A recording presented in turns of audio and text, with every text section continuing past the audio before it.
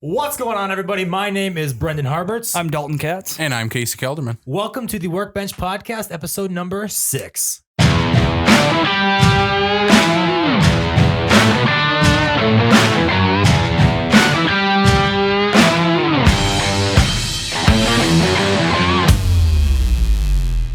What's going on, guys? We are back. Thank you for being patient with us. We have both been very busy the last few weeks, and we are very excited to be back to recording today. Today, we are joined by Casey Kelderman. Casey, thank you so much for being on. Absolutely. Thank you guys for having me. Absolutely. We're really excited. Yeah. You are very knowledgeable when it comes to movies, and we're very excited to be chatting with you today. Tell us a bit about why you're here. I'm here to talk about movies. Awesome. What kind of movies? So basically, I'll give a brief rundown of what I do on my end. I host a podcast myself called the Backlot 605 Podcast. We only talk about movies. That's what we do, and that's what we love. And I started that in October of 2018. And I started that with a friend of mine named Brian Mensing. And since then, we've grown to have 3 other writers and another co-host onto our show. And we're now up to about 60 episodes of that main show. And then we do interviews with local filmmakers or filmmakers from around the world, too. And yeah, it's just it's a lot of fun. And we just like talking about movies. So I know you guys like talk. That's what a podcast is. It's just talking. I know it's just about relaxed, what you love. Yeah. Just chill, just talk to people, find out what they want to do. I was going to say, we started just because we wanted to just expose people to more interesting people in the area. How'd you guys get started with your podcast, Casey? So me and Brian, actually, we worked together at Lewis Drug here in Sioux Falls, and we both worked customer service. And at the time, Lewis was still doing video rentals, which is kind of an odd thing to still do in 2018. In 2018, we were still doing video rentals. So with that being said, we like 10 years behind. It's fine. That's it. That's Lewis in general. But what we did was we'd always put out the new movies that came out every week for rental, and we'd get talking about movies. And so finally, after a month or two of that, we're like, let's just get some microphones and start talking in front of people. Maybe someone will listen. I don't know, but who really cares? Because we're going to have the conversation anyway. Right, may as well record this. We're already talking about it anyways. Exactly. And yes, since then we've been doing the podcast for over a year now, and we've gained some really good friends out of it. And yeah, we've helped try to build a film community here in Sioux Falls. We've been on other podcasts. We've had people from other film podcasts on our show. So it's just been a lot of fun to find other people in the community that I didn't know existed before that just love the same things I do. Well, I was going to say, it was even kind of weird for me to hear, because for those who probably don't know, is we actually went to elementary school, middle school, all the way through high school with Casey. So it was kind of weird to hear that we had started this and Casey was already plenty deep into the process there. Yeah. So just meeting other people from even the podcast community has been an experience for us. How often do you guys post? Every week. So do you guys like plan ahead of time, like, hey, this movie's coming out, let's go see it and do it? Or do you guys have like, the new movie came out, we're going to review this the week after? Or do you guys say, is it like a book club style, or is it just like? So what we do on our show is we record every Sunday. So we do it after movies have come out, so we can talk about the box office results, and we talk about news from that week prior. And then the episode drops on Wednesdays, but each episode is in preparation for something that's coming out the next week. That's a good idea. Okay. Yeah. So if like this coming week, there's nothing besides the Grudge remake coming out. Ooh, that sounds good. Yeah. Stop it. Do I have to see the first 8 or not? Yes. And the Japanese 5. But this week we decided, hey, it's the end of the year, so we wanted to do our favorite movies of 2019. Oh, hey. So that's what we were talking about. Speaking of that, why don't you tell us what your favorite? It's almost like Brendan had this question. It's like down. It's number 2 on our list. Wow. Give us your top 5 movies of the year, and I am going to judge you off these 5 movies. Okay. Hard. All right. So I'll start at I have them ranked here. Every movie that I saw from this year, that came out this year. Number 5 is a movie called One Cut of the Dead. Not sure if any of you have heard of it or anyone listening has heard of it. Number 1? Number 5. Okay. Number 5 for the year. So basically what this movie is about the, I don't want to give it away because I don't want to spoil it for anyone, but I didn't even know it existed. How could you spoil it? Because if you do watch this movie, it is a spoiler if I go into it Fair too enough. much. The first 30 minutes is literally one take. It's one shot of this very low budget zombie film. And it's very terribly acted, some weird camera choices, some weird story choices that happen throughout the film, but it's all one take. And you're wondering, why the hell am I watching this? And then a title card comes up that says like 1 year earlier. And I'm like, okay, now I'm interested. And you figure out I guess this is a little spoiler, that the whole reason that they show the first 30 minutes of that one take of this movie is that the rest of the 60 minutes of the movie is about making that. So it's all about making film and coming together and building like the communal experience of building something. That's together. cool. Yeah. So that's why I loved it. I love movies about making movies. And I have another one on here that is a very similar concept to that. But I'm also a big horror guy. So this fell right under my umbrella of what I love. There you go. So that's cool. Yeah. For people who don't know, like zombie movies today are kind of overplayed, especially in the Walking Dead universe that we have come to be a part of. But this movie like revitalizes that subgenre. Like, I'm bored of zombie movies now, but this movie like really got me back into why zombie movies can be great. Right. Yeah. Sweet. That's all. I haven't heard. What is it called? I was going to say the Walking Dead universe. I like that. Yeah. Oh, dude, from like 2010 to 2015, it was like, hey, it's a zombie movie. Yeah. I mean, you know what to expect. One Cut of the Dead is what it's called. One Cut of. I'm gonna write that down. I'll check it out. It's on Shudder and I believe on Amazon Prime as well. Oh, was it not theatrical release? Very limited. We can get into why Sioux Falls doesn't get some of these movies. I would love that. That's actually very interesting to me. Number 4 is a movie both of you have probably seen, Joker. No, I haven't. You haven't? I feel so bad saying that, but I didn't go see it in theaters. You really haven't? No. Oh, wow. I watch every like superhero movie in theaters, but I mean superhero or this is not a superhero whatever. movie, I watched that genre in theater. I never went and saw it, and I've been waiting for it to be not a buy only on Amazon Prime, so I haven't seen it yet. Yeah, I think it comes out on digital within the next 2 weeks, so you'd be able to rent it here very soon. I'm pretty excited. I've heard it's really good. Yeah, it's fantastic. Joaquin Phoenix plays Arthur Fleck, aka turns into the Joker. He's spoilers? Yeah, spoilers for the Joker movie. He is so good in this movie. Yeah. It's ridiculous. Like Heath Ledger, I still think is probably the best Joker because when you have Joker, you want Batman. And you have that ideologies facing off in this movie. Absolutely. This is straight up an origin movie, but Joaquin Phoenix in it is I was going to say, I did see it. And one of the things that I noticed about it, because again, not to give any spoilers away, but it has kind of a mental health focus. Mm-hmm. And I said, I've never walked out of a movie feeling more viscerally uncomfortable. I was on the edge of my seat the entire time. And that's just because it made me almost so uncomfortable the whole time in such an exciting way, though. Yeah, it was very interesting. I remember when it was announced that they were doing a Joker origin movie, myself and a lot of other people were like, why would you do an origin movie for the Joker? He's the character that you don't know his background. And then like it came out and everyone's just mind blown by it. Yeah. I think that's awesome. Yeah. I've never had that problem with a Joker having a background because he's had one a million times in the comic books. Right. Like one of the greatest storylines ever, The Killing Joke, is all about his origin. Mm-hmm. And all right, Psych, I was completely wrong about that part. Then you know more about it. I'm sorry. No. I'm not saying I know more about it, but I understand why. You do though. Because I mean, if the main representation of Joker that most of us know in the general consciousness is Heath Ledger's Joker, and his was, it's a random choice. I don't have an origin. That's the joke. Right. So having an origin story, even the ending of this movie is very, it's not very clear if this is an origin story either. Yeah. Can there be a Joker 2 with the, I don't spoil, but can there be a 2? They definitely set it up to be. Oh, so there can be. I think so. Yeah. They've announced that they're going to do a second one now. Oh, is it announced now? Yeah, because it made $1 billion. Yeah, it made some money. So it didn't like technically make the most like budget to actual profit of it's the highest grossing R-rated movie of all time. That's insane. So it beat Deadpool, beat I think Passion of the Christ was before that. So it's the highest grossing. Those are two very different movies. Yeah. But I would love to see another version of this. My pitch for the sequel would be to do a different origin. Just not do the same Arthur Fleck character. Just do a different Joker with Joaquin Phoenix. Well, I was going to say, did you ever watch the movie rendition of The Killing Joke? I read the book, but it's not great. But it's not good. No. Is that the one that'd be on like Amazon Prime and stuff? Probably. Okay, yeah, so I didn't watch that. I've seen that though. You could probably get it for like $2. Yeah. Right. Watch the last 30 minutes of it because that's the adaptation. The first hour is horrible. Oh, sweet. Yeah. Without spoiling anything, is it possible for them to actually build an actual cinematic universe for DC within this movie, or is it not really setting that up?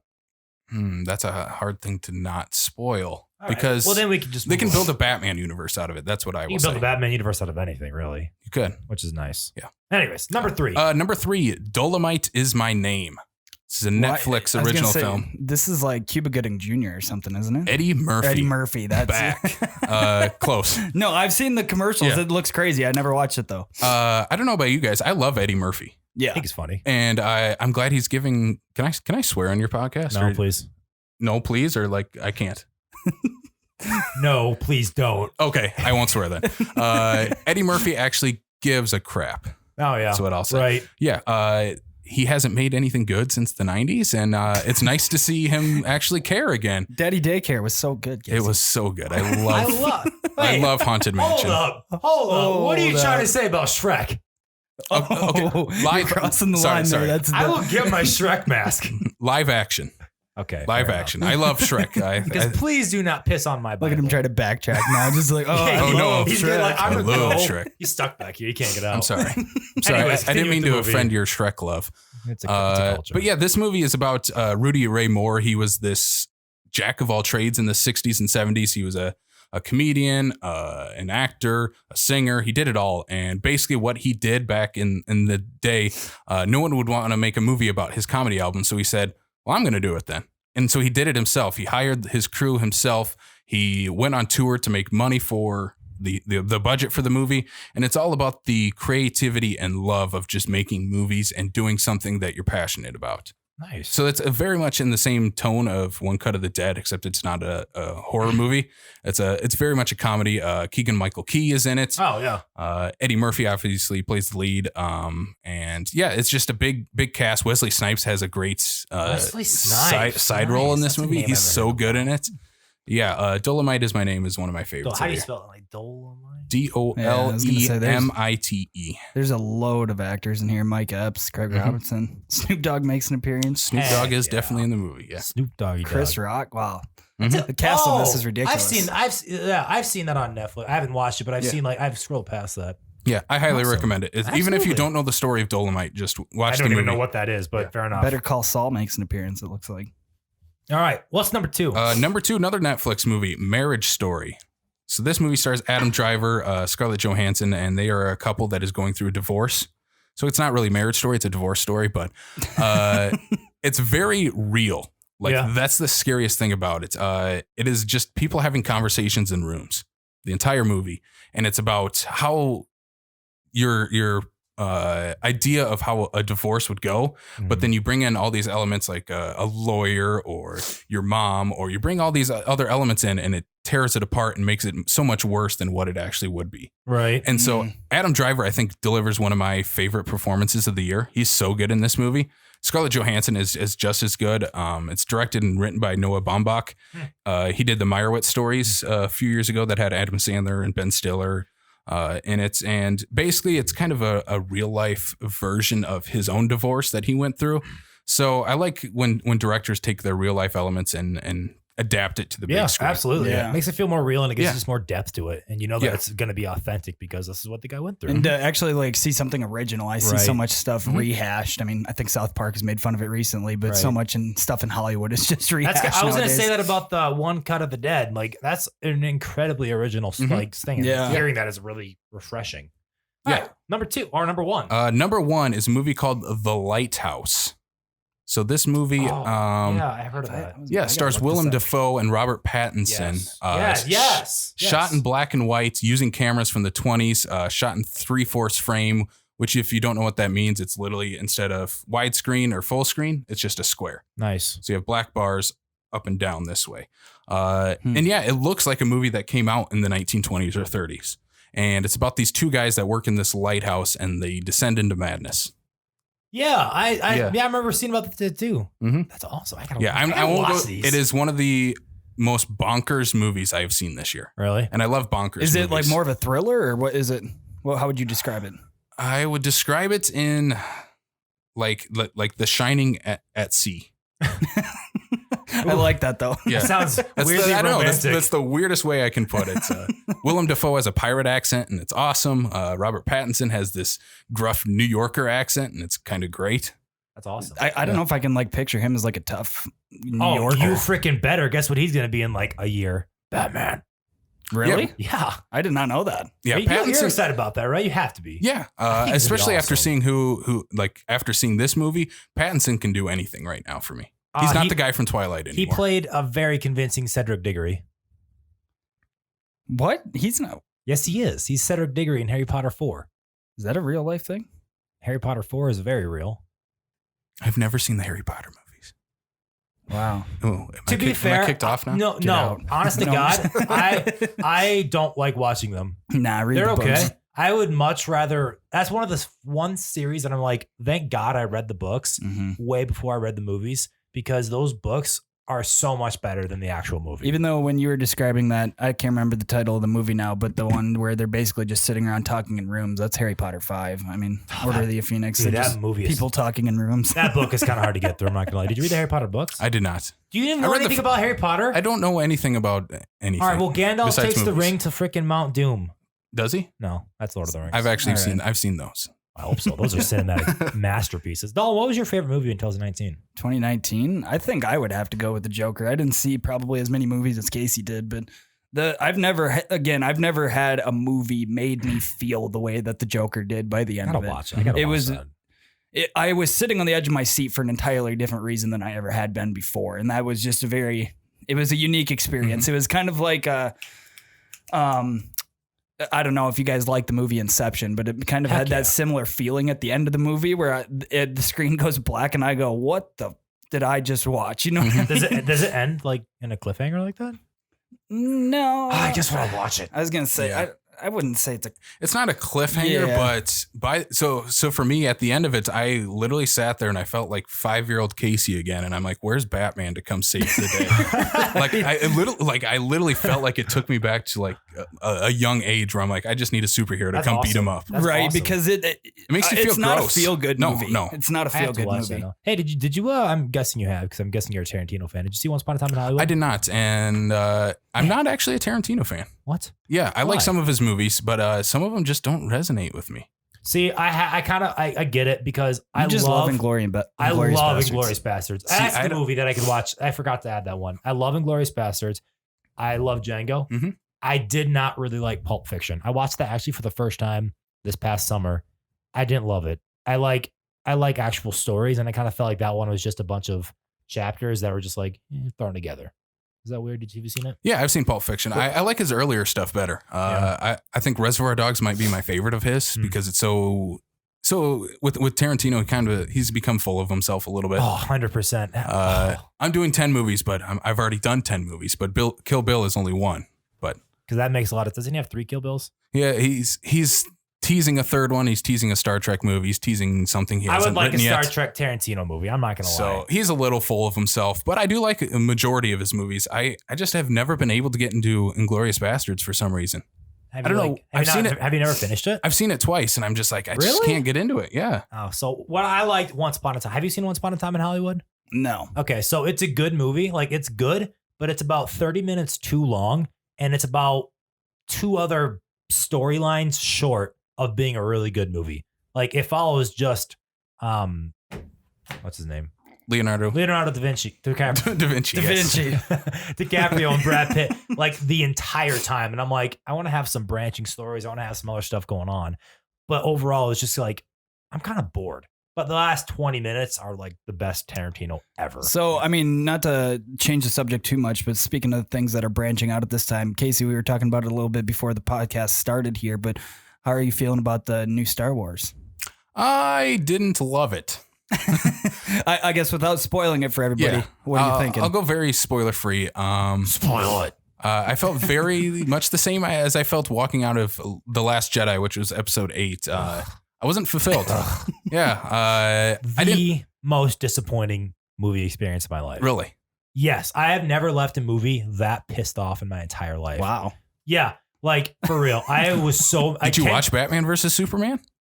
Yeah, but I went into that knowing it was like, I thought The Last Jedi was going to be amazing because Rotten Tomatoes was like, this is a 96%. This movie is everything Star Wars fans want. I'm like, Mark Hamill's back. And then I go in and I'm like, I'm watching horses run through a casino. What's going on? Like, this is the stupidest movie I've ever seen. Yeah. Oh, I hated it. But anyways. Yeah, I'm with you. I hate that submission that Finn and Rose go on. I don't like Rose either. Sorry. Kylo Ren has become one of my favorite characters in Star Wars. I do like Kylo Ren. I feel great. like he wasn't written very well in The Last Jedi, but I feel like in The Force Awakens, he had an awesome start to his like movie. You know, like he's actually like the character. Like so a big thing for me with Star Wars is how I'm going to watch it. Like you watch episode 1, 2, 3 in a row, and you watch 4, 5, and 6. Right. You watch the trilogy in a row. This is how I'm going to give my final grade on these new Disney versions of Star Wars, 7, 8, and 9, is how I watch them back to back. Mm-hmm. And that's going to be how I grade my final score on them. But I think what I'm going to find is that Kylo Ren, Adam Driver's character, is going to be my favorite aspect of it. Rise of Skywalker is Disney saying fans hated Last Jedi, so let's change everything that they did and have it make no sense. I was going to say, so if you could just like take these last, 3 or 4 episodes off of the end and recreate it in your own way, what would you have done maybe differently or on a broad sense? I know it's hard to. I would have a plan.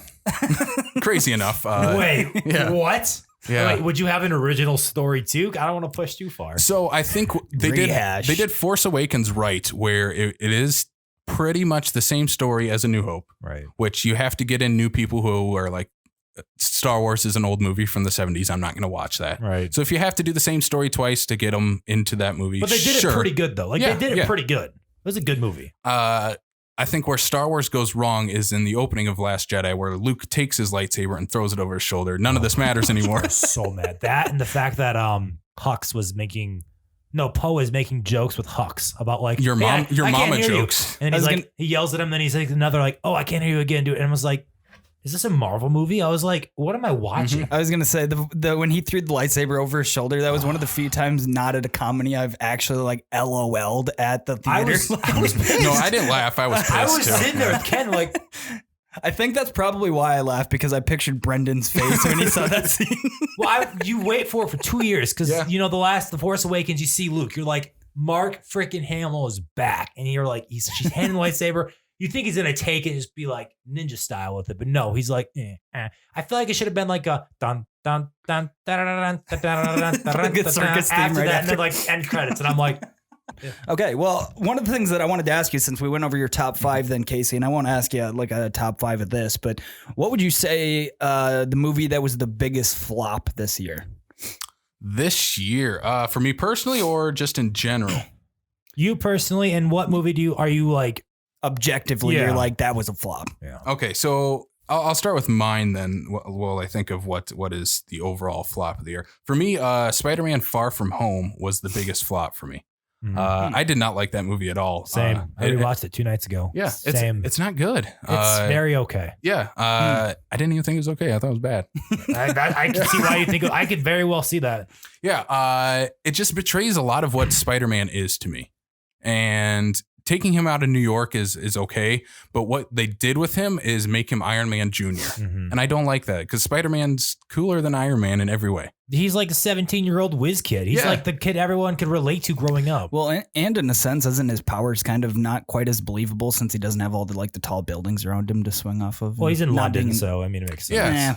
I didn't mind taking him out of New York, because we've seen him in New York now for 5 I was movies. Fine with that. I was kind of excited with that. I love seeing different cities. That's fine. It has a great scene with Mysterio where he finally is using his powers to give him all these illusions, but they never really go fully into what they could with that. Like, they could have gave him visions of that's where we have Uncle Ben. Mm-hmm. And show his death and how that affected Peter, but no, it's Tony Stark. They could have easily played like newscastings from it, or like recreate that scene with his stuff like that, and then all they do is have Iron Man pop out of the ground in skeleton mode. It's like, guys, he's dead. Oh, spoilers for the last Avengers. Endgame. You're fine. If you haven't seen it yet, you're behind. Get out from underneath your rock. Yeah.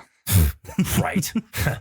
Anyways, it's like they got to move on, and I felt like this movie was definitely the last movie of Phase 3. When it really could have been the jumpstart of Phase 4, you know? Yeah. Yeah. I mean, what they were going for was Spider-Man is the next leader of the Avengers, which I get. I think you should go that route, but let him be Spider-Man. Don't let him be Iron Man. You can't always be building towards something. Sometimes you got to focus more on making these individual movies just really good. That's why I feel like I like Thor Ragnarok so much. That's my favorite Marvel movie by far. Even though it does set up kind of going into Infinity War, it's still by itself, doesn't have to have any other sort of subplots going into it. It's a very self-contained story Standalone with movie. Thor and his family. Yeah. That's why I love it so much. Like, I like Iron Man too, but that entire movie was made so that they could make Avengers. How'd you feel about them making Thor a fat alcoholic? I hated that part of. I hated that part. But Not to spoil anything again, to be fair, I have a crush on Chris Hemsworth, and I thought he was just. strange. That's strange. We all should. Dude, did you see him in Thor Ragnarok? I did. Absolute unit. Anyways, I didn't like his character because I don't like slapstick kind of like he is. Have you seen the movie? I just never want to see you do this. About another man again. Too bad.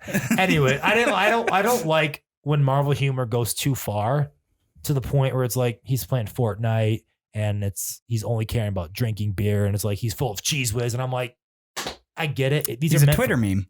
Yeah, and that's what it's like. They made it for like that, and I did personally. I like the whole concept of he's portraying someone that's going through depression, that has anxiety, that has to find himself again. But there's a lot better ways they could have done that. Yeah, one thing I really liked with that though, I didn't. The first time I watched Endgame, I was like, "We're really doing Fat Thor? Okay, I'm in, I guess." But what I liked is that in the end, he's still Fat Thor when he's fighting Thanos. That is true, and he does very well. And yeah, it shows that you don't have to get back to your peak prime to be able to be a contributor and stuff. Yeah, like that. and you don't have to be back to like what you were in your prime, like you said, to be a superhero. Exactly. It's like body Thor.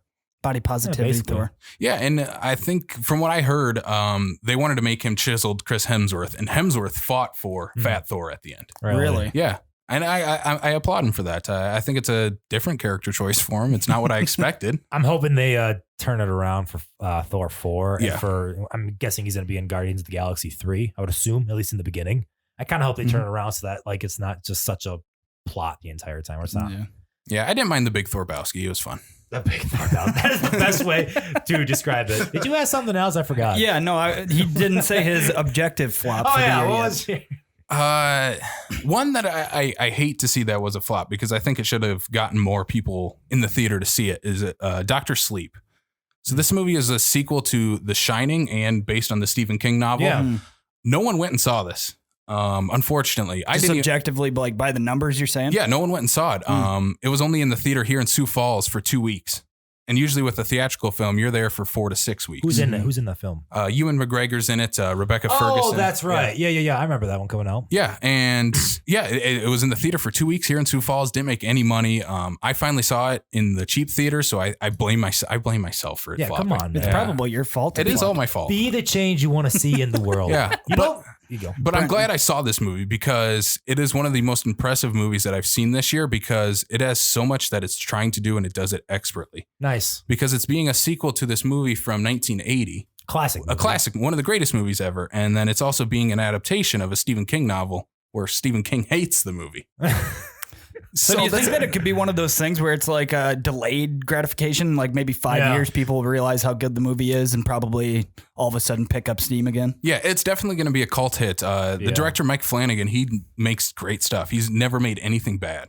And he recently did the show on Netflix called The Haunting of Hill House. Oh, I haven't watched it, but I've seen it scroll by it a few times. It's probably my favorite piece of television or film in the last decade. It's so good. It's so much character development and it's also very scary. He knows how to handle the two very well. And he does this while also building a fantasy world within the world of The Shining. Nice. It's really weird. Well, and again, I guess I'm the king of changing subjects here today, but to kind of go along with that theme, and I know you got some other stuff that we want to get to in regards specifically to we're Sioux not even Falls, on to number 3 yet. but kind of ironic today that we are recording on the last day of the decade here. That's true. So I guess in the spirit of that, how do you feel about the previous decade of movies, television, everything combined? And then where do you potentially see it going here in the next decade? Yeah, for movies in general, it's been a crazy decade because I forget some of the movies that we've gotten early on, like Inception or The Social Network. I was thinking that too. That came out this decade. That's right. And That's crazy. Right now I'm trying to build my best of the decade for our live podcast that we're doing. So I'm just going back through some of the movies that I've rewatched constantly, and those will be some of my biggest picks throughout that show that we're doing. But as far as what I've seen as in television and film, a lot of the greatest stuff has come in television. And that's where I think this is more going towards. We've had Game of Thrones, which fell off towards the end. I know. But even then, the production of that was huge. Yeah, it was huge. For a TV show, yeah. And you see, like right now with Disney Plus, they're pumping Star Wars and Marvel into that hardcore. Like you look at the production value of the Mandalorian. It looks like a Star Wars movie. They're putting millions of dollars into each episode, which a lot of times is unheard of when it comes to like these big. Do you think things. that has something to do with like the streaming platforms kind of, I don't know, lowering our attention span? We'd rather have shorter versions, or do you know or have a theory behind why that is? I don't really have a theory, but it's more of we live in an age where it's give me it now, no matter what it is. And if you're at home and you turn on Netflix or Disney Plus and there's The Mandalorian, yeah, I'm going to watch it.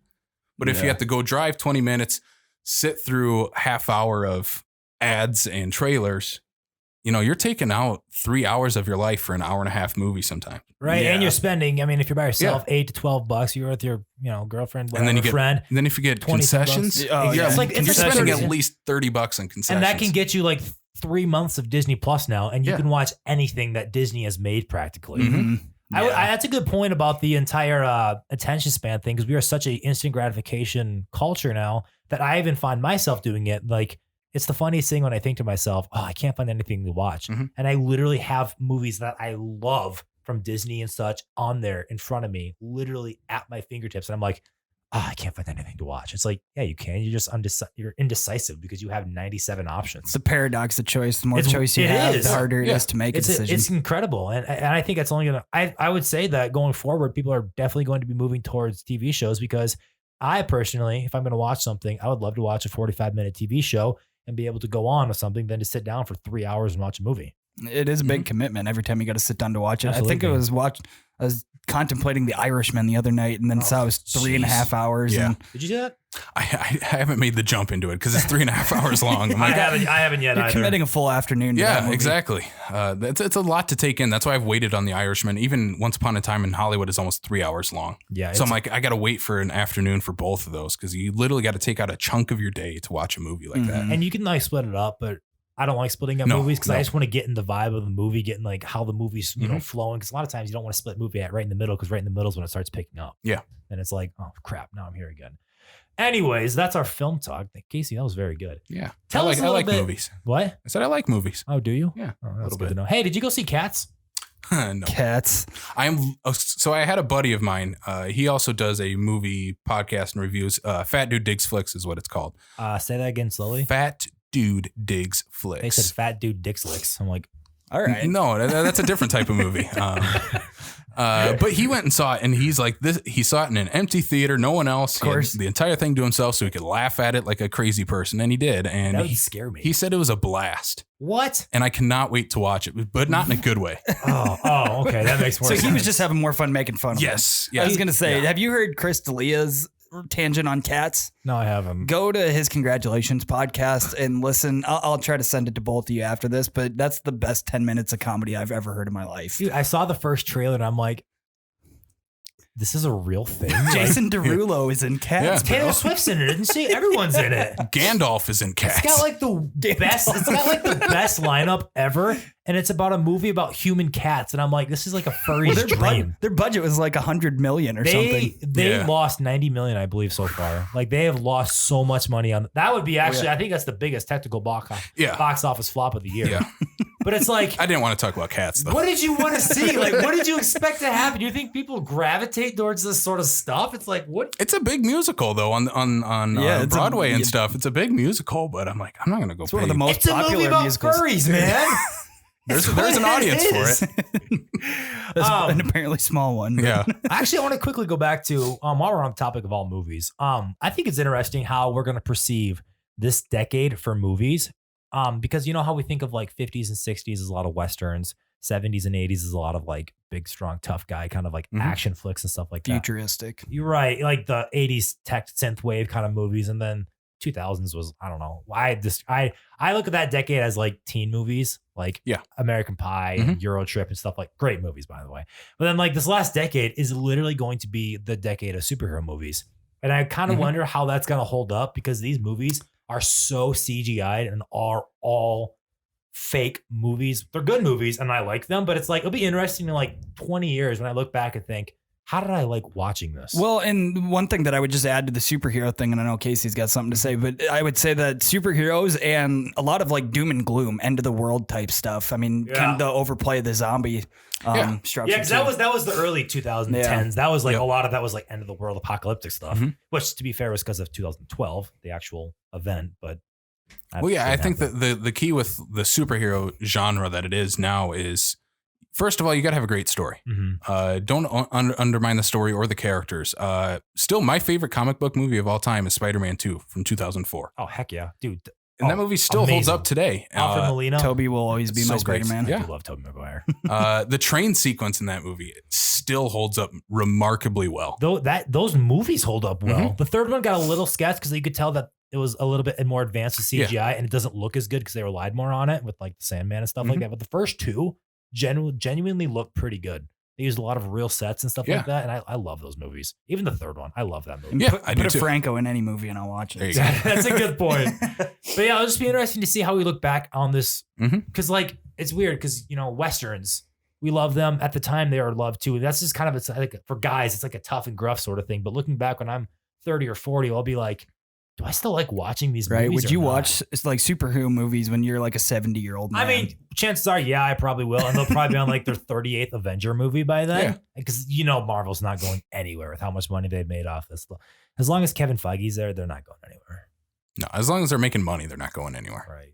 But it's just weird because it was like the renaissance of superhero movies. Because like late 90s, early 2000s, you had X-Men, you had Spider-Man, you had really bad movies like Daredevil. Blade movies are okay. And then Blade 2 is great. Right, and they're good movies. Like, isn't Blade 3 pretty bad? Blade 3 is horrible. Yeah, exactly. But then like they stopped and you had a few here and there in 2008 to 2000. Yeah. So you had Iron Man, that's when those came out. But then like all of a sudden it was just everywhere. And everyone was doing cinematic universes. Everyone was doing these giant stories. And it's like, how did we get here so quickly? Because like a cinematic universe was never a thing 15 years ago. If two movies crossed over, like with seriously a bad example, but is Elektra and Daredevil, that was still cool because it's like she was in the other movie and she's in her own movie now. Or Freddy versus Jason even. Yes. And it's like all of a sudden these characters, and now that's like the norm. And now you're building these universes constantly. And that's what everybody's striving for almost now. But that's almost not a good thing because it's good in the fact that when it works with the Avengers, but when it doesn't work, like with whatever Universal was trying to do with their monster movies, it's horrible. And it's like, focus on making a good individual movie, right? I mean, would you agree with that? Yeah. And I think the biggest thing that Marvel has done well that really no other cinematic universe has done well is they've had a plan from the beginning. Like Kevin Feige knows what was going to happen in Avengers 1, 2, 3, and then Endgame. He knew what the end game was. Do you think he actually did? He didn't know the specific details, I'm sure, but he had a game plan of where it starts, where it ends. Yeah. And then I think he's been working, you retool it, you work with it as you go, but you got to have a game plan as you're going. It'll be interesting to see what I love Marvel movies. I love talking about Marvel movies. It'll be interesting to see in the next 10 years what they do with the inclusion of X-Men, Fantastic Four, building on Doctor Strange, and then Doctor Doom and stuff like that. So I think everyone's like talking about how Marvel movies are going to be over now. And I'm like, no, they're not. I feel like they're almost going to get much better because we don't have that Tony Stark character anymore that they always focus on. I think it's going to be amazing going forward. I hope it is at least. Yeah, I'm excited to see them bring all these Fox properties in. I have no idea where they're going in the future. Because at least when you started with Iron Man and the Hulk, you're like, okay, it's going to build to the Avengers. Right. But now all the Avengers are gone. What do you do now? It'll be fun to watch. Yeah, It'll be cool. I'm excited. Anyways, we should probably move on to what we actually brought you here to talk about, besides movies. Casey, you are very active in the film community in Sioux Falls. I would love for you to tell us a bit about that and how you got involved, what you guys do, and just give us a general overview of it. Yeah, so when I first moved up here to Sioux Falls, I was always looking for this community because I always watched a lot of YouTube videos of they would host shows in Los Angeles and have pretty much it would be like what we are trying to build here. It's a community of film fans. They worked for different companies and organizations, but they would always come back together just to talk movies because they love doing that. And so that's what I kind of wanted to build here. And within doing the Backlot podcast, I've met a lot of people that have very similar point of views of movies and what they want a film community to be here. So that's what we're trying to build. We're just trying to build a community here so that we have movies like Dr. Sleep that don't stay in the theater for 2 weeks. Right. They stay for the full theatrical run, or we get movies that we didn't get otherwise. We haven't gotten Parasite. We haven't gotten The Lighthouse. We haven't gotten Jojo Rabbit. Like, these are some of the biggest movies of the year, and we haven't got them here in Sioux Falls, and we're the biggest city in South Dakota. I was going to say, you kind of crazy. touched on it already, but why is that? Can you shed a little light on why that is? Part of it is the theater chains that we have here. The Cinemark only allows certain movies in, and it's a corporate mandate. Only certain theaters get certain movies. Nationwide? Yes. Interesting. Yep. That's why you'll see the West Mall here in Sioux Falls get different movies that the Cinemark never got. Right. Like, they have The Irishman in the theaters. Like, the Cinemark wasn't going to get that, but they got The Irishman. They're working on, I'm pretty sure they'll probably get the Lighthouse, or I'm surprised we got Uncut Gems here with Adam Sandler in it. I'm pretty excited to watch that. Yeah, it's only going to be in the theater for 2 weeks though. So better hurry yeah, you better hurry and get to it. So I won't watch it then. yeah, some of the movies I went to, I had to drive to Sioux City to go watch it. Like The Lighthouse, I had to drive to Sioux City because it was only there for a week. Well, and I was just going to ask, I guess realistically, with establishing this community of people interested in movies, I guess how can you or we influence what movies come in, how they stay? How do we make a difference? Yeah. That's the hardest thing. Because as much as we talked about when we talked about streaming, it's hard to get people to go out to the movies in general because it's all at home. Yeah, for real. And I think that's the biggest part. You still got to go out to the movie. You got to go out to the cinemas and see these movies in theaters. I still love watching a movie in the theater more than anything. Like, I'll watch a movie at home if I have to, but if it's in the theater, I'm going to go watch it in the theater. It's immersive. Mm-hmm. Yeah. And you have the communal experience of sharing it with other people. Yeah, like watching an Avengers movie is different watching it at home than when you watch it with 100%. Yeah. There's nothing better and more epic than having surround sound and a giant screen in front of you and you see all these heroes on the screen. 100%. And I think that's the biggest thing is, go see the Marvel movies, because I love Marvel movies. I love Star Wars movies. Go see those, but then also go see movies like Uncut Gems or Little Women or Jojo Rabbit. Go watch those movies too, because that's how we'll get more diversity here in Sioux Falls. Well, and I was going to say, one of the things that I hadn't even thought of until another podcast that I listened to, they were talking about how that like Christian values, conservative values aren't super represented in Hollywood. I'm a big surprise there. But then the problem with that is that when somebody does put out a movie along those lines, nobody goes out and supports it. So it's kind of just go out and support what you enjoy. Yeah. Right. Yeah, if you love movies that are about people sitting in a room talking, go watch a movie like Marriage Story. Right. You know, I love movies like that. If it's a very realistic tone like that, go watch those movies. And yeah, if you want to see more movies that you love, you have to go out to the theater and support them first and foremost. Yeah, like for me, I love horror movies, so I go out and see every horror movie I can that's in theaters. Even if it's bad? Even if it's bad, even if it's The Grudge, I'll go see it. We're going to get hung up on The Grudge here. Yeah. All right, so you talked a little bit with us about this before we started. You're doing a live podcast. Yeah. Talk a bit about that. What are you doing? How can people be involved? So this live podcast started as just an idea that we had. We've always wanted to do a live version of our podcast. And we do a side, a spin-off show, if you will, of our main show. It's called The Killer Countdown. It's a horror podcast that I do with myself and co-host Blake Ginnathan. And from that, we were like, we should do that live because that'd be really fun. Because what we do with that, we build a top 8 list of a certain topic within horror. Like the last episode we did was John Carpenter movies. Nice. So we rank the top 8 movies. We each have 4 picks. You don't know which pick you're going to get. Also, you get a veto to use. So if you don't like the movie or you want it higher, you can use it. So it's a very much a competitive collaboration, I guess, is what we like to call it. Nice. And yeah, so together you had to build a list. So we're like, let's take that and make it bigger because you got to do bigger when you do live. Absolutely. And so we are going to be doing the top 20 movies of the last decade. Ooh. With 5 competitors.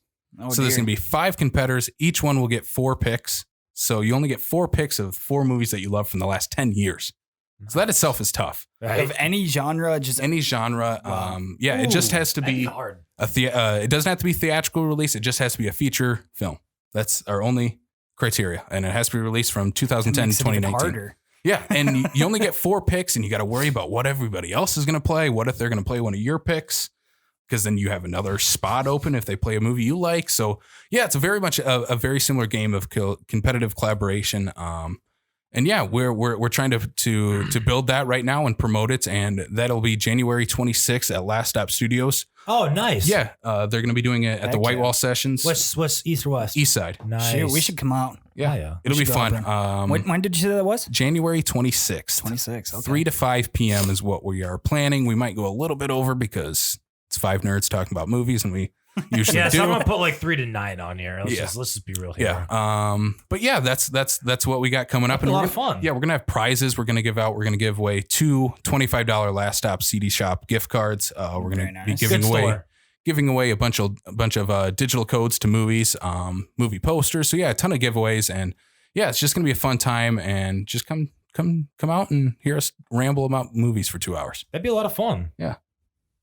That's cool. I didn't know that's how you guys were going to do that at Last Stop. Yeah. That's a really good idea. Yeah. They were gracious enough to let us do it, and they loved the idea. So yeah, we were all for it. They want more stuff like that. So if you guys have any ideas of stuff to do at Last Stop too, or anyone watching, reach out to them. Well, I was just going to say, I was going to shout out Last Stop because their book selection there, I was surprised. It's great. Mm-hmm. And it's cheap. They have shout out Last Stop. Yeah. They literally have everything. All right, so that's actually good to know. I'm glad we January 26th, 3 p.m. to 5 p.m., correct? Yes. At Last Stop on the east side, which is on 10th Street. Yeah, 10th Street. 2121 East 10th Street. 2121 East 10th Street. Good to know. Yes. So let's take a look ahead at 2020. Okay. What movies are coming out that you're excited for? What movies coming out are you a little bit hesitant on going to see? Okay, so this was actually our last episode of the show. So if you want to hear my full thoughts, go listen to our show. But I want to get there, by the way. Backlot605.com or Apple Podcast, Google Podcast, Spotify, Stitcher. All right, so thanks for letting us know that, Casey. Let's take a look ahead at 2020. What are some movies or films coming out, series coming out, whatever, that you're excited for? And what are some that you are a little bit hesitant on, but you hope they're good, but you just don't have high hopes for them? Yeah. So some of the movies I'm looking forward to, I have, my top 3, I can run through those quick. Number 3 would be Tenet, the new Christopher Nolan movie. I know nothing about it. That's with Robert Pattinson, right? Yep. Robert Pattinson's in it. John David Washington. All I know is it's about espionage and time travel. That's all I need to know. And it's a Christopher Nolan movie. I saw the trailer for that. I was very confused. Yeah. And it's a Nolan movie, so you can totally tell. Yeah. And then weird stuff happened on the screen. I was like, it's definitely a Christopher Nolan movie. And you have to see a Nolan movie in the theater. There's nothing else like it. Yeah, if you want to have your eardrums rocked off. Yeah. In a good way. The next one I have is called Last Night in Soho. This is the next Edgar Wright movie. Yeah. Who did Hot Fuzz, Shaun of the Dead, Scott Pilgrim vs. the World. Very quirky director in his movies. Yes, I love his movies though. I watched both Hot Fuzz and Shaun of the Dead the first time this last year. Yeah. I don't know where I was, but I was like, this is weirdly hilarious. And like, his editing, I love his editing so much. Yep. I'm like, whoa. For the littlest things, it's like in Scott Pilgrim vs. the World, he's opening a package and it's super like fast editing. Right. Like, he's just opening a package. It's like, why? Yeah. It's like taking ice cream out of like a thing. It's like 9 different shots. It's like shot like an action movie. Half a second thing. It's like, all right, whatever. Yeah, so that's his next movie. I know nothing about the plot, but I'm in. If you just take out every unnecessary scene, his movies are actually 47 seconds long. Yes. I'm just kidding. Number 1. For me, Halloween Kills. Ooh, I forgot they're making a sequel to that one. Yep. So I'm a big Halloween guy. That's one of my favorite franchises. The original Halloween's one of my favorite movies ever. And the OG, like 70s, 80s one or whatever. 1978 John Carpenter film. I love that movie so much. Yeah, I can't wait for this movie. I liked the 2018 version, but I'm excited to see where they go with this. Jamie Lee Curtis just crushes it every time she plays Laurie Strode in these movies. So that's my most anticipated. Didn't they retcon it so that everything after Halloween 1 technically isn't in the same storyline anymore? Yeah, they've done that a couple times in this franchise. It's kind of become a choose your own adventure series, it's which like, I dig. Who cares? Because it's a slasher. It's a slasher But movie. even then, it's like, by the way, 2, 3, 4, they don't actually count anymore. We messed up, guys. We're sorry. And they've done that before. They did that with Halloween H2O, which they did in the mid 90s. And they're like, well, actually, only Halloween 1 and 2 happened. None of those other ones did. Just by the that way, one. we're sorry. Just forget this one. Yeah. Kind of disappointed that you didn't bring up Sonic the Hedgehog. I would not watch that movie at all. I might watch it only to support a movie redoing an entire CGI character because of the fan backlash. Don't get me wrong. That was the Rise of Skywalker, though. Fair enough. Don't get me wrong. He looked like a furry in the first one. Yeah. He still kind of does, but at least they made him look more like the actual game. And I'm like, all right, I can give him credit for doing a multi-million-dollar re-visualizing of him. It's going to be 2020 Cats. Man, they should just mark it as that. You thought Cats was bad? Wait till we ruin your favorite video game character. Sonic the Hedgehog. Jim Carrey looks amazing in it though, so I might see it for that. I was gonna say that might just alone be make it worth it. Weird, dude. He is weird. No, what I'm actually weirdly but excited entertaining. For? Hey, did you see Venom? Yeah. Did that come out this last year? No. Was that 2018? Yeah. Was it? Yeah. Did you like it? No. Yeah, it was okay. I liked parts of it. I liked the actual Venom parts, which is like 2 minutes of the movie. There's one line in it that I just love. It might be my favorite line of the decade period. It's just when Venom's like, and there's a turd in the wind. I'm like, why are you saying that? That's the weirdest line to say in an action movie. That basically represents the You can't sound like a tough guy by saying turd. Did you see Venom? No. Oh, it was literally like good. Like I thought it was be horrible, but it wasn't near as bad as I thought it was going to be. So it was one of those movies you're like, yeah, that was a movie. Yeah, I watched that. I'm glad I watched that. I can go look up a Reddit thread on it now, and I'll probably never think about it again. Yeah, I really hope Sony doesn't try and push that. Speaking of movies you never thought of again, I see that they're remaking West Side Story in December. Yeah, Steven Spielberg is directing. Wow, it. really? Yeah. Is it going to be in the Jurassic Park universe? Yes. I was going to say I'm kind of excited to hear that now too. Jurassic Park the musical. I would watch that. T-Rex doing jazz hands. Same, man. That sounds awesome. Jeff Goldblum has to play the lead. Okay, I would watch that. I would watch Jeff Goldblum do anything. Yeah, he's like the most entertaining, not trying to be entertaining person ever. Him and a T-Rex have a love song in it. Has to happen. Then a love scene. Ooh. I don't know if I'd watch that. We'll cut that part. Anyways, so is there anything coming out in 2020 that you're like hesitant on, but you're like, hey, I could see this being good? I'll bring up one where I don't think it'll be good, but it very slim chance it could, and that's Birds of Prey. Oh, dude, no. Stop it. I don't, but part of that is just because I don't know what this movie is. I have no idea what this movie is. It literally feels like DC's dark tone, R-rated version of their stories that they were going with, like Joker, and there's a cut of Batman versus Superman, I guess, and the Snyder cut of the Justice League that's darker and grittier, but they're also doing Marvel stuff with this. Yeah. And I'm like, how do you put those two together? I don't know what's happening. Ewan McGregor's playing Black Mask. I do like that. That could be good. But he's not wearing a mask, so I'm like, I don't know what's going on. Why is that an important part of the character? That's the entire character. No, I remember that trailer come out. I was like, how do they think this is going to be good? And aren't they remaking Suicide Squad? They're rebooting it, like a soft reboot. Rehash. They're keeping the good stuff. So Will Smith and Margot Robbie. Awesome. Sounds like John Cena's in it. I will go. And what's the guy? He was married. He was dating Ariana Grande. Pete Davidson. Yeah. He's not a good actor though. Idris Elba's in it. Idris Elba's great. Idris Elba's in Cats. He is in Cats. Stop. I think everyone's in Cats. Everyone's in Cats. It's like, hey, they had to just pay everyone so much money. Because think about pitching this to someone. All right, hear me out. You're you, but you're a cat. Yeah, Taylor, I know that you're pretty attractive already, but just imagine if we put whiskers on you. Dude, think about if we just made you 90% cat. James Corden, you're a cat. I don't like James Corden. Put him in a taxi. Yeah, just put them in a taxi quick. Yeah, I agree. Those movies will. Is there anything else you're looking forward to in 2020? Yeah, there's some other ones, but I would have to think of what's coming. There's another horror movie that I'm very excited for because I really don't know what to expect from it. It's Candyman. So it's a reimagining / sequel to the 90s Candyman movie. Jordan Peele is writing and producing, not directing this time. And I think Peele is just one of the smartest guys working in entertainment. Get Out and Us, right? Yeah. Yep. Yeah. And the Twilight Zone reboot, and obviously Key and Peele is probably the best sketch comedy show of the decade.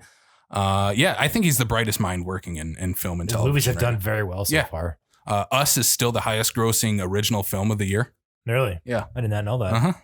It did that well. It did very well. I did not know that. Mm-hmm. To be fair, it helped that Get Out. That was his first one, right? Yep. Get Out did really well, and everyone loved that movie too. Mm-hmm. I was gonna say that was another one of those movies that was just like at the end viscerally uncomfortable. I haven't seen either of those. Just what would you have to say? So you said your favorite horror movie is one? Halloween?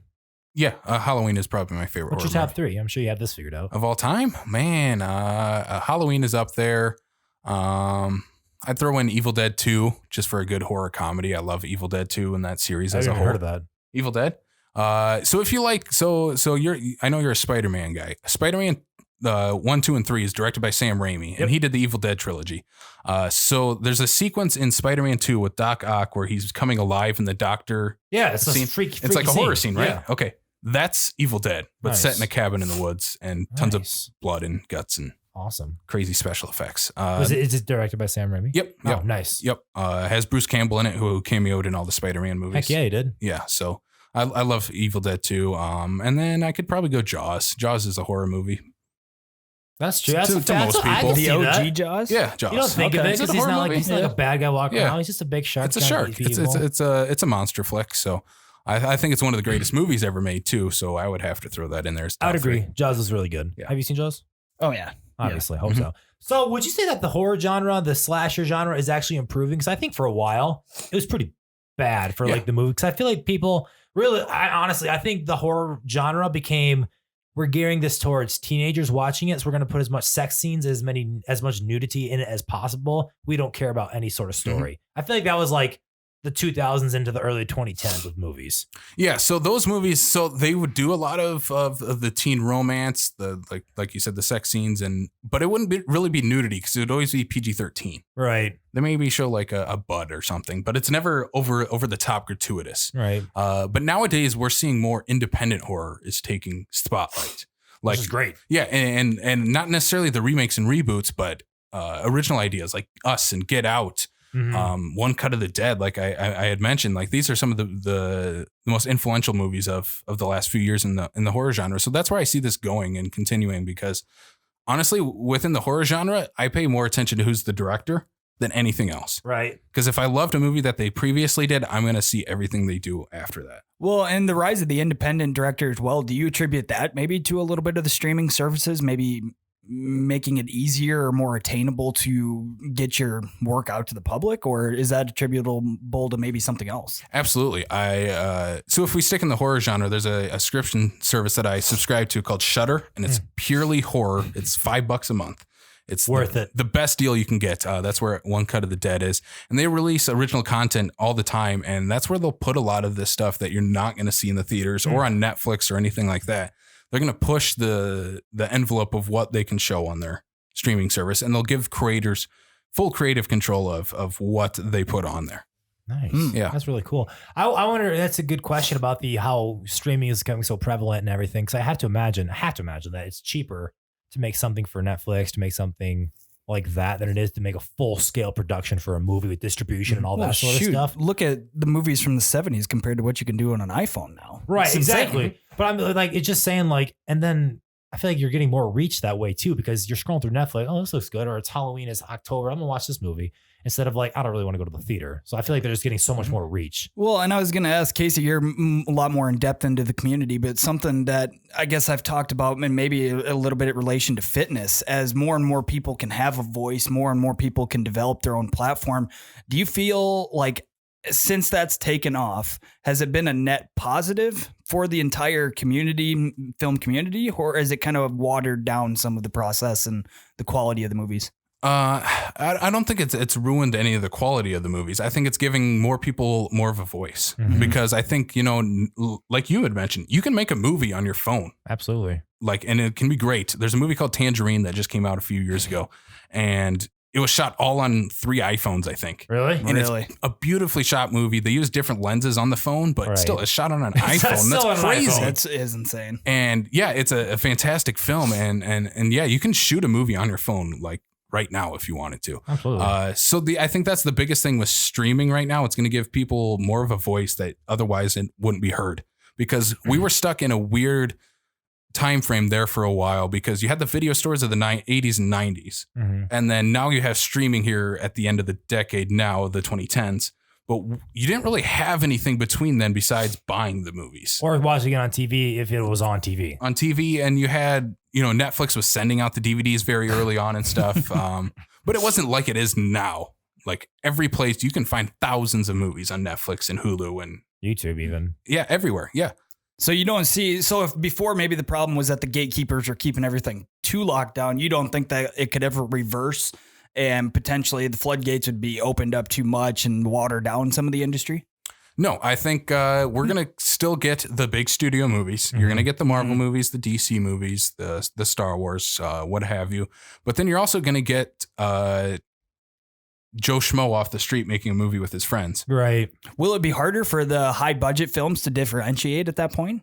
I think I'm already seeing that a little bit. I'm getting a little, I love Marvel movies, but I'm getting a little fatigued. 100%. They start to feel very much the same, and it feels like the same director is doing them, even though it's a different person every time.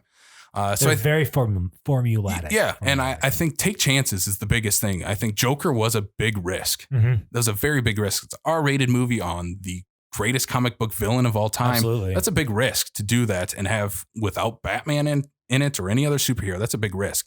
So more studios need to take risks like that. Like that movie's a throwback to the 70s movies, Scorsese movies from the 70s. And to do stuff like that is where you have to go with big budget blockbuster movies. Like, sure, we'll always have our Fast and the Furious movies. And I hope they do go to space, but I still want creativity in our movies. Like, that's why I love the John Wick movies for the action side. That's fair. They are perfect movies. Like, And they kind of came out of nowhere, too. they absolutely I don't did. know if it's based on anything, but all of a sudden you have potentially one of the best trilogies ever, both with box office success, both with critical reception, both with pop culture. And like everyone knows these movies now. And John Wick 1 was good. But like when 2 and 3 came out, it was just like boom, and it's a completely, I think, original concept. Yeah, it is. Which is so rare now. Well, and when's the last time you've watched a movie where you totally believe that the actor playing it could really be that dude? Like you really think that Keanu Reeves could be that dude? Yeah. What'd you just call him? Keanu. Keanu. Jesus. I'm sorry, man. I don't know words. Do not. It's a tough name. No one else has that name, Shut up. Keanu. He's 24. He's fine. I'm in South Dakota, man. Nobody names their kids that. Not yet. Yeah. You'll see a lot more of that once John Wick 5 comes out. Yep. That's funny. So one of the things that maybe I'm going to be asking a stupid question, but are there any, I guess, local directors doing anything as far as making movies, TV shows, anything like that? Is that even a thing in the Sioux Falls area? Or? So yeah, it is very much a thing, but it is also very hard to get the word out on it because they're not always going to get to a Netflix or an Amazon or Hulu with their stuff. Yeah. Oftentimes you'll find that they're selling it off their own website. They're selling it through a store like Last Stop. I have a friend now. I can call him a friend now because I've met him through doing this. His name's Dominic Winnicky. He's made a bunch of horror shorts and he made a horror feature a few years ago.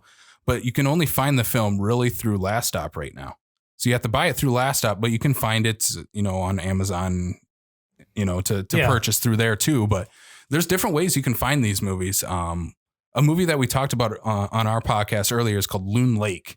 And that was shot up in Minnesota, just across the border from us. Nice. And it features, all actors from there. It was written and stars a guy that lived by Loon Lake up there. It's about a local legend. So, I mean, that's a kind of a big thing in the Midwest, local legends and stuff. Absolutely. Yeah. And it also mentions Spirit Lake in the movie, and they go to Spirit Lake. So that's cool. So, yeah, and it's a very well shot movie. And yeah, it's just you got to be able to find these movies is the hardest thing. Why can't they get a hold of the Netflix, Hulu's, those places of the world? Because I guess I'm just of the mindset of the running joke that South Park was making, like Netflix, you're greenlit. Like, so like, why can't the local people in the Sioux Falls area get on the Netflix and streaming services? Netflix is really hard to get into right now because they're focused on doing their own stuff, like doing The Irishman or Marriage Story or Dolomite. They're focused on their stuff. You'll even, I think within the next few years, you might see Netflix turning into it's only Netflix original stuff. It might not be any other movies or television shows. It's going to be Netflix only. So for movies like from around the area, I've noticed you can get to Amazon Prime. Like Amazon Prime will probably call you right away when your movie's done. Have no idea what it is or Heck yeah, we'll sell it. All right, let's put it on Amazon Prime. We'll take 30%. We'll sell it. We'll take, you'll get 1/10 of a penny every time someone plays this movie. Right. That's literally what happens. Yeah. So I think the biggest thing is you got to find these movies and go out and support them any way you can. Share it on your social media. Buy their physical copy of their movie because that's how they'll make their money is if you buy it through that. Just support them in any way that you absolutely can. How do you find them? Yeah, I was going to say, how do we find them? Because I've lived here for a couple years now and I haven't even heard of it. That's what we're trying to do. So that's why I kind of wanted to start this. I want to talk about movies, but then I also want to spread the word on local filmmakers and give them a platform. They can come on our podcast and say, hey, this is a movie we did. This is where you can find it. This is where you can help support us. That's why we've had a lot of local filmmakers on our show. Yeah, that's awesome. We've had Andrew Keitlinger. He's a director. He's originally from Aberdeen. He now lives in Los Angeles. He made a movie this year called Tater Tot and Patton, and it stars Jessica Roth, who was in both of the Happy Death Day movies. She's the main character in those.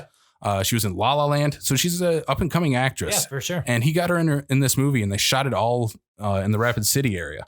Oh, nice. Yeah, and it's a very beautifully shot movie, and it's just again, I want to get people like that on our show to talk about their vision, their ideas, and why it's so important to not like I even talked to Andrew, and he said he loves the Marvel movies, he likes Star Wars, but he's like, you need to support this other stuff too, because that's how you get. You'll get your next J.J. Abrams to do a Star Wars movie or your Taika Waititi. That's how you get them. They start somewhere. All had to start somewhere. And they all had to have that process where it was like, I have 4 people watching my movies, and now I'm directing a Marvel movie. Yeah, exactly. I mean, the guy who did Shazam this year, he did a movie. He's really built up his pedigree very well in the last few years. He did Annabelle Creation before that, and then Lights Out. But Lights Out is based on a short that he did with him and his wife. In his house. That's all it was. And now he's doing Shazam. Which is a very big movie this year. Yeah. That's a good movie, by the way. And so do these local directors and filmmakers, do they have, is it a budget restriction that keeps them from really getting the word out? Is it just being in this part of the country? What do you suppose that's attributable to? I don't know the definitive answer to that, because I'm still trying to figure out what it is, even in building a community, because it's hard to find people in Sioux Falls that love film. Right. Like this much, because if you go to Los Angeles, everyone's there because they love movies. Yeah. But here in South Dakota, we have so many different things that we all love and will gravitate towards. And film is just a very niche thing to find in South Dakota. But for filmmakers, it's really hard to find the audience because you can't get into a Cinemark with your film. Right. You might get into the West Mall, but you're not going to get into the Cinemark on and that a weekend. might be like a single play, like a one-time special event sort of thing. Yeah, exactly. That's why I'm glad West Mall is doing what they're doing. And there's another group called Cinema Falls, and they do independent screenings about once a month here in Sioux Falls. And they're actually getting Parasite. Where at? That will be at the Orpheum Theater. Nice. Mid-January. That's cool. Yeah. That's really cool. Parasite's one of the biggest movies of the year. It'll be a big awards contender. So they're getting that. Yeah, it was a lot of people's top 10 movie of the year, and we didn't get it. Yeah. And so we'll get it for one night only. So if you want to see movies like that, you have to go out and make it worth their time to bring those movies. Exactly. Interesting. Well, thank you, man. Are we good to wrap up? Yeah. You have anything else to bring up? I don't want to cut it by any means. No. Anything else that you need to get out on here? I'll cut this, obviously. Yeah. Anything else that you need to get out on here that you want to spread the word about? I can share our next. We do a monthly film community meetup. I'll share that at the end. And yeah, sure. Yeah, that's so. Back to your podcast. Back to your film community. Do you guys have anything like getting together? You guys all meet somewhere? What do you guys do to like actually establish a community? Yeah, so we do our weekly podcast every single week, and you can listen to it on backlot605.com or Spotify, Stitcher, Google Play, Podcast, YouTube, any big service that you can find it. You'll find the Backlot 605 podcast. But with that, we also do monthly community meetups. So basically what we do is we go to a location. It's usually at Full Circle Book Co-op in downtown Sioux Falls. Yeah. And it's a very cool bookstore / bar. It's a very great hangout spot in downtown. And what we do is we basically get together once a month and we just talk about movies. What's the last movie you watched? What do you recommend watching next?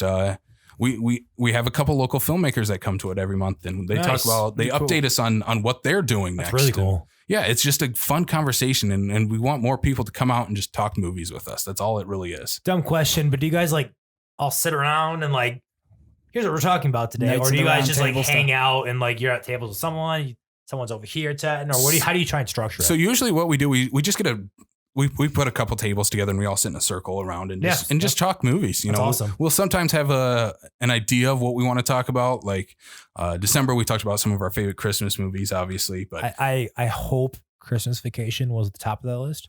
Christmas Story and then Christmas Vacation. That's fair. I can accept that. I like that. Yeah. I like Christmas Vacation. Vacation. And then Elf, right? No. I only say that because remember the time you commented on my Facebook post that Elf wasn't good, which to be fair. Casey just didn't want to have to crush your dreams again like you did with Shrek. Yeah, what the frick, man? I like Shrek more than Elf. You say you're a film fanatic, but you don't like Elf and Shrek? I like Elf. I like Shrek. All right, good. Our next film community meetup, though, is January 29th. So January 29th. Yeah, that's my birthday. Happy birthday. Where at again? Full Circle Book Co-op. Where is that? Downtown Sioux Falls. It's right. I don't know. Just look for it on Google. I don't know directions. That way. Downtown. For miles, whatever. Yeah. How long does it usually last for? How many people usually go? From 8 to 10. It ranges in people. Sometimes we'll have 6. Sometimes we'll have 25. Depends on who's available on that night. And is there like food, drink you can go buy there? Yeah, absolutely. There's beer. They have pizza. They have some bar food as well. So nothing better than cracking open a good old Busch Light at 8 a.m. Yeah. 8 p.m. 8 p.m. Oh, it's 8 No, it's not p.m. 8 a.m. No. Oh, I thought you meant 8, and I'm like, you're drinking a beer at 8 a.m. I man? legit thought you were joking for a second. I was like, he really doesn't know it's 8 p.m. Well, okay. to be fair, I go to bed at like 9, so when I hear 8 to 10, it's like 8 to 10 in the morning. Yeah. I just thought she was a raging alcoholic. I was like, dude, you need to get help, man. That's okay though. No, 8 o'clock at night. That makes much more Yes. sense. Anyways, Casey, thank you so much for being on. Let everybody know again where they can find you. Yeah, how can we support you? How can people watching this support you?